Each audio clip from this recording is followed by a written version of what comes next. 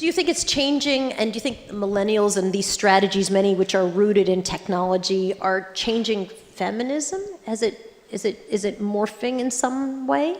You nodded your head yes. Well, Rachel. I just think it is, I don't remember if it was Marianne or Dana who said it, but things are becoming more intersectional in part because of social media. I mean, I think Black Lives Matter is a great example. And I think historically black women have been at the center of many of the country's most important political movements. So that's always been there, but I think social media is surfacing that in But the young women ways. you're talking to are, when I interview young women, many sort of are almost uncomfortable with the term feminist. Like, it's the F word.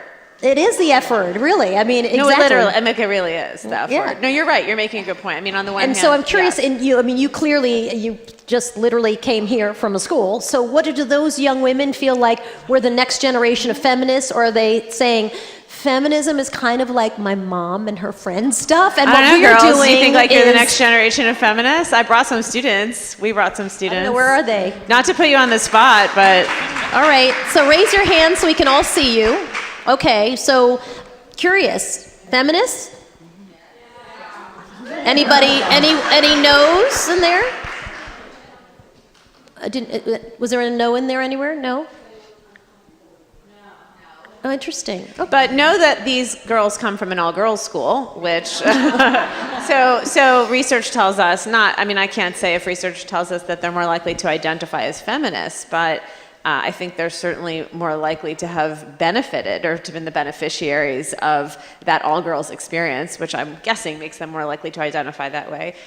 There's no question that there's a lot of ambivalence around feminism, particularly for women in co-educational settings, women in large public universities, where there's often a sense that that a feminist means you're a lesbian, that a feminist means you're too opinionated. It's often code for that. So there's a sense that to be a feminist is to embrace an identity that won't let you fit in or that won't get you into the right party. I mean, and sometimes it can be that mundane.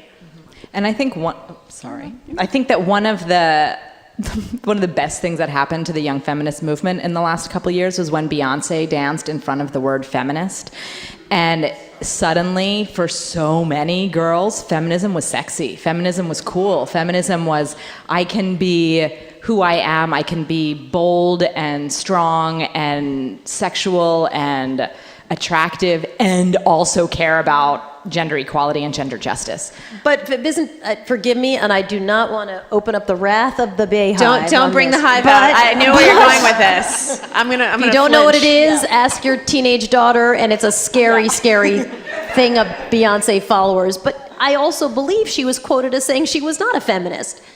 Right? I mean, am I wrong about that? Someone whip out Google and check this out. Can we find the middle ground, which is that there was something very commercial about that standing in front of it? I mean, I think even if she doesn't identify that there's a new kind of commercialized feminism that may in fact be diluted of some of its stronger points. So I agree with you, Anne. I think you make a point that there's potentially something that's ambivalent about that.